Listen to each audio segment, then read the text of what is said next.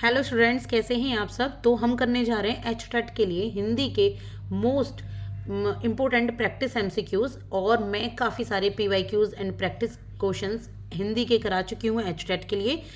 HTET PYQs 2025 के नाम से प्लेलिस्ट अवेलेबल है। उसमें आपको चाइल्ड डेवलपमेंट एंड पेडागोजी के, हिंदी के, इंग्लिश के, हरियाणा जी के सभी के प्रैक्टिस एमसीक्यूज मिल जाएंगे। आप बस प्लेलिस्ट खोलें, बैठें और पढ़ाई करना शुरू करें। जो आपको नहीं पता उसे दोबारा देखें या फिर अपना एक तरीके से वन लाइनर नोट्स में लिख लें। तो चलिए आज हम हिंदी के करते हैं प्रैक्टिस एमसीक्यूज। वाक्य का शुद्ध रूप छांटिए। अगर आप पीजीटी, टीजीटी, पीआरटी किसी भी लेवल की तैयारी कर रहे हैं, सभी में आपके लिए ये हेल्पफुल है। तो वाक्य का शुद्ध रूप कौन सा होगा बताइए, जहाँ मात्रा भी सही हो, जहाँ पूर्ण विराम भी सही हो, जहाँ सारी चीज़ें सही हैं। क्या ये सही है कृपया हमारी बात सुनने की कृपा करें? क्या कृपया इस तरीके से लिखा जाता है और बाकी सारी चीज़ सही है, या फिर कृपया हमारी बात सुने या कृपया हमारी बात सुने? क्या होगा देखिए, जब कृपया आ गया तो हमारी बात सुनने की कृपा करें तो नहीं आएगा ना। तो ये तो हो गया है गलत। कृपया ऐसे नहीं लिखा जाता बल्कि ऐसे लिखा जाता है, तो ये भी क्या होता है गलत। कृपा हमारी बात सुने, तो ये कृपा तो नहीं आती, ये तो एक तरीके से क्रिया होती है, ठीक है, ये वाली जो कृपा होती है। तो क्या है, इसका आंसर हो जाएगा नंबर सी। तो इस तरीके से ना एलिमिनेट करना सीखें आप अपने सेंटेंसेस को। बाकी एलिमिनेशन टेक्निक के ऊपर मैं अलग से क्लास बनाऊंगी जो आपके लिए बहुत हेल्पफुल रहेंगी। इसके बाद है 74, चारू चंद्र की चंचल किरणें खेल रही हैं जल थल में। इसमें कौन सा अलंकार है? देखिए, मैं अलंकार की क्लास दे चुकी हूँ अभी कुछ दिन पहले, जो कि आपको हिंदी के हैंड रिटन नोट्स में मिल जाएगी। तो जब ये है हमारा जो लाइन है, चारू चंद्र की चंचल किरणें, आपको नहीं लग रही है चा चा चा काफ़ी बार आ रहा है, और ला ला ला भी काफ़ी बार आ रहा है, यहाँ पे भी ला आया हुआ है। तो जब ये हमारा शब्द अलंकार होता है, जब एक ही वर्ण बार बार आता है किसी भी लाइन में और उस लाइन को वो सुसज्जित करता है, सुंदर बनाता है, तो उसको कौन सा अलंकार कहते हैं? ये हो जाता है अनुप्रास अलंकार। कौन सा अलंकार है? अनुप्रास अलंकार। इसके बाद है 75, प्रसन्नता का कौन सा शब्द पर्यायवाची नहीं है? प्रसन्नता का कौन सा शब्द पर्यायवाची नहीं है बताइए। हर्ष, यानी कि प्रसन्नता का पर्यायवाची नहीं होना चाहिए। खुश, उल्लास या निर्देश? आसान है, बहुत आसान है। क्या मिल गया हमें? निर्देश। बाकी इन तीनों का मतलब क्या है? प्रसन्नता ही होता है। इसके बाद है 76, शिक्षण सामग्री तभी प्रभावी होती है जब वह, शिक्षण सामग्री कब प्रभावी होती है? रंगीन हो, सिर्फ रंगीन होने से, महंगी हो, आकर्षक हो, या फिर उद्देश्यपूर्ण हो। तो देखिए, उद्देश्यपूर्ण जो शिक्षण सामग्री है वही प्रभावी होती है, वही काम आती है। जो आप जैसे आप एग्जाम्स में पढ़ रहे हैं, तो मैं आपको इस बुक से पढ़ा रही हूँ जो कि एचटेट स्पेशली बुक है, जहाँ पर आपको फायदा होगा, आप आने वाले एग्जाम्स की प्रैक्टिस अच्छे से कर पाएंगे और एलिमिनेट करने में या आंसर देने में आपकी ये सामग्री हेल्पफुल रहेगी। तो 76 का आंसर हो जाता है यहाँ पर नंबर डी। इसके बाद है, वह भाषा कक्षा में शिक्षक का क्या दायित्व होता है? रोचन और आकर्षक पत्रिकाएं जुटाना होता है क्या, कि बढ़िया बढ़िया पत्रिकाएं जुटा लो, या कक्षा में उपयुक्त भाषिक वातावरण बनाना होता है, या बच्चे क्या नहीं जानते इसकी जांच करना, या बच्चों को व्याकरण सिखाना? क्या हो जाएगा इसका आंसर? इसका आंसर हो जाएगा कक्षा में उपयुक्त भाषिक वातावरण बनाना। आपने भाषा का ही वातावरण बना दिया। हिंदी बोल रहे हैं, सारे बच्चे अच्छे से बोल रहे हैं, शुद्ध हिंदी बोल रहे हैं, कुछ अगर कठिन शब्द हैं तो आपने वो बोर्ड पे लिख दिए ताकि दूसरे बच्चों को भी उनका अर्थ पता हो, या आप अर्थ बताएं। तो यहाँ पे अगर उपयुक्त वातावरण बनाया जाता है भाषा कक्षा में, तो यही शिक्षक की रिस्पॉन्सिबिलिटी और दायित्व है। इसके बाद है 78, बच्चों की लिखित अभिव्यक्ति को सुधारने के लिए जरूरी है। क्या जरूरी है? अगर बच्चों की लिखित, अगर बच्चा लिख रहे हैं रिटन और जो अपनी अभिव्यक्ति दे रहे हैं, लिखने को एक्सप्रेस कर रहे हैं, अगर वो अच्छी हो, तो क्या सही वर्तनी के नियम बताए जाएं, या दंडित किया जाए, या कक्षा में समृद्ध प्रिंट वातावरण बनवाया जाए, या श्रुतु लेखा देना, यानी कि श्रुत लेखा देना, यानी कि जो श्रुत लेख होते हैं, जो बोलकर शिक्षक और बोलते हैं और अपना बच्चे क्लास में उसको लिखते हैं। तो क्या जरूरी है इसके लिए आप बताएंगे आंसर। आंसर इस कक्षा में यहाँ पे समृद्ध प्रिंट वातावरण बनाया जाए। एक तरीके से प्रिंट वातावरण से क्या होगा, बच्चों को स्पेलिंग भी लर्न होगी। सिर्फ नियम बताने से तो नहीं हो सकता ना, आपने बस नियम, ये भी सही लग रहा होगा कुछ स्टूडेंट्स को, लेकिन सिर्फ नियम बताने से नहीं होगा, हमें उसको अप्लाई भी करना है, इसको डिमॉन्स्ट्रेट भी करना है। तो क्या करना है, कक्षा में ऐसे चार्ट लगाने हैं जिसमें कुछ स्पेलिंग्स लिखी हों, कुछ नियम लिखे हों, और बच्चा उनको देख देख कर प्रैक्टिस करे। तो ये यहाँ पर सबसे सुटेबल आंसर हो रहा है। इसके बाद है शिक्षण सामग्री लेखक हो सकते हैं। कौन हो सकते हैं शिक्षण सामग्री लेखक? कवि और साहित्यकार, या शिक्षक और शिक्षक प्रशिक्षक जो विद्यार्थियों की आवश्यकता और आकांक्षाओं के संपर्क में हैं, या शिक्षा अधिकारी। कौन होते हैं शिक्षण सामग्री लेखक? यानी कि जिन्होंने पढ़ाई लिखाई से रिलेटेड चीज़ें लिखी हैं। तो क्या कवि और साहित्यकार लिखेंगे, या फिर जो प्रशिक्षक शिक्षक हैं वो विद्यार्थियों की आवश्यकताओं को देखेंगे और क्या वो प्राप्त करना चाह रहे हैं वो लिखेंगे? तो आंसर हो जाएगा number B. Number B is the right answer. ठीक है। इसके बाद है 80, पठन सामग्री की प्रकृति होनी चाहिए। कैसी होनी चाहिए जो पठन सामग्री है, जो आप रीडिंग करेंगे, जो आपकी पढ़ने की जो करिकुलम है, आपका जो सिलेबस है वो कैसा होना चाहिए? रोचक, सरल, प्रामाणिक व उद्देश्यपूर्ण। तो यही मिल गया हमें आंसर। तो भाई रोचक होनी चाहिए, पढ़ने में इंटरेस्ट आना चाहिए, सरल होनी चाहिए, सादे तरीके से पढ़ें, प्रामाणिक होनी चाहिए। प्रामाणिक मतलब सही चीज, सभी चीज़ें सही हो, अगर क्रॉस चेक भी कर रहे हो ना तो भी सही निकले, और उद्देश्यपूर्ण होनी चाहिए, यानी कि उसका एक ऑब्जेक्टिव हो। जैसे यहाँ मेरा ऑब्जेक्टिव है आपको एचटेट को क्लियर कराना।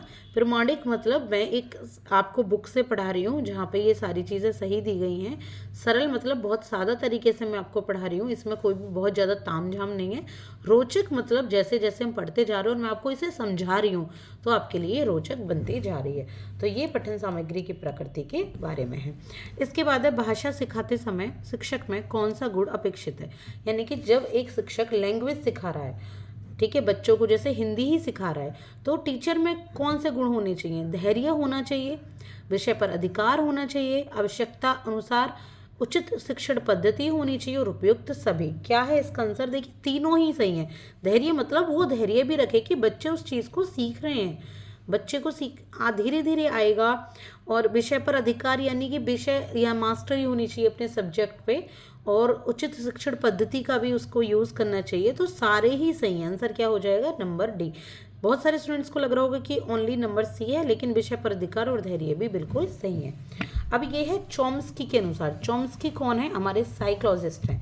ठीक है। तो चॉम्स्की ने क्या कहा है कि बच्चों में भाषा सीखने की जन्मजात क्षमता होती है, ये कहा है।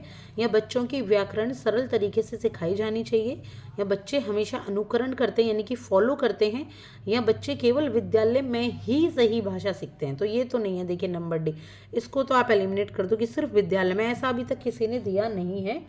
आंसर है बच्चों में भाषा सीखने की क्षमता जन्मजात होती है।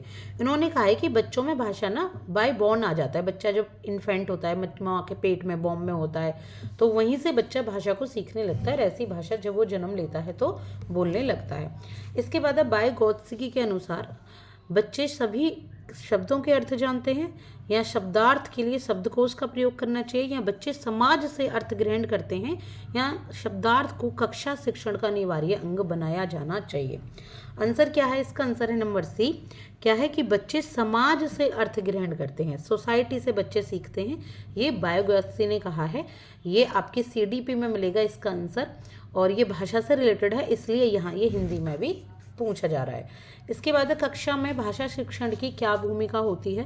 कक्षा में भाषा शिक्षण भाषा शिक्षक कैसे अपनी भूमिका निभाता है? क्या वो महत्वपूर्ण, क्योंकि भाषा पूरी पाठ्यचर्या में विद्यमान होती है तथा भाषा ज्ञान सामाजिक संबंधों को कई स्तर पर मजबूत करता है। क्या इसमें पूछा गया कि जो भाषा शिक्षक की भूमिका है क्या वो बहुत महत्वपूर्ण है? क्योंकि भाषा पूरी पाठ्यचर्या में है और भाषा ज्ञान और सामाजिक संबंध पर वो मजबूत करता है जो एक शिक्षक है, पूरे समाज के संबंध, या गौण होती है, या अन्य शिक्षक, या उपयुक्त में से कोई नहीं। तो आंसर है नंबर ए। भाई पूरा पूरा आंसर है, कितना बड़ा दे रखा है और सारी चीज़ें इसमें विद्यमान हैं, तो आंसर है नंबर ए। इसके बाद 84 के बाद है क्वेश्चन नंबर 85, दैट इज व्याकरण शिक्षण की आगमन विधि में। जो व्याकरण शिक्षक होता है उसकी आगमन विधि, एक होती है निगमन विधि, एक होती है आगमन विधि, यानी कि इंडक्टिव और डिडक्टिव टेक्निक जो होती हैं। तो इसमें उदाहरण से नियम की ओर ले जाते हैं या नियम से उदाहरण की ओर ले जाते हैं?